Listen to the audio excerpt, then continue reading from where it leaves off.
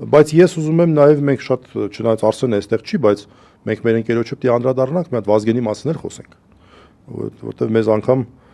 դիտողությունը մեզ չեն անում, Արսենին են դիտողություն անում, հեսա Արեգնազ Ասատրյանը կոմենտ է թողել, որ պարոն Բաբայանին խնդրեմ հնարավորինս հաճախ տեղեկություն հաղորդի Վազգենի մասին։ Բաբայանը այստեղ չի, մեկ այլ քաղբանտարկյալով է զբաղվում, ես կարող եմ ասել, որ Արսենի հետ խոսելով կարող եմ ասել, որ Վազգենը առողջական առումով նորմալ է, լավ է, այսպես ասած ոգին տեղն է եւ այն նպատակը, որ դրել են այս իշխանությունները Վազգենին այնպես անելու, որ ինքը այսպես նեղվի, բանանի եւ այլն նման բան չկա։ Իդեպ շատ կարևոր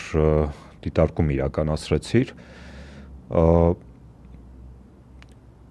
Անահիտ Նազարյանն էլ էր գրել, Անահիտ ջան։ Պետք է փաստել հետեւյալը, երբ որ խոսում ենք բռնաճնշումների մասին, ինչի են ռեժիմի ներկայացուցիչները կամ ինչի է ռեժիմը իրականացնում բռնաճնշումներ։ Բացի այն, որ սեփական քաղաքական օպոնենտներին լրացնելու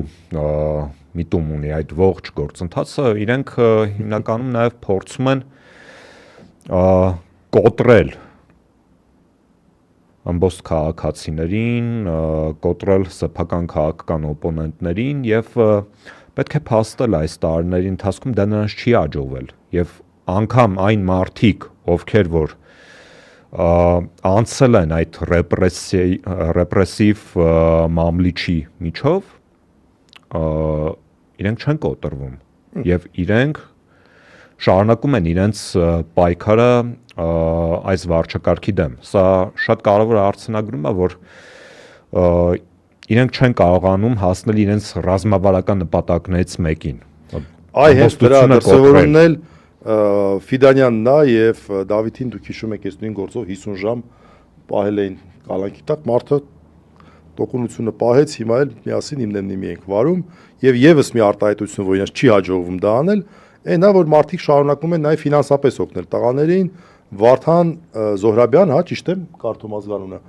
Վարդան Զոհրաբյանին շնորհակալ ենք ֆինանսական աջակցության համար,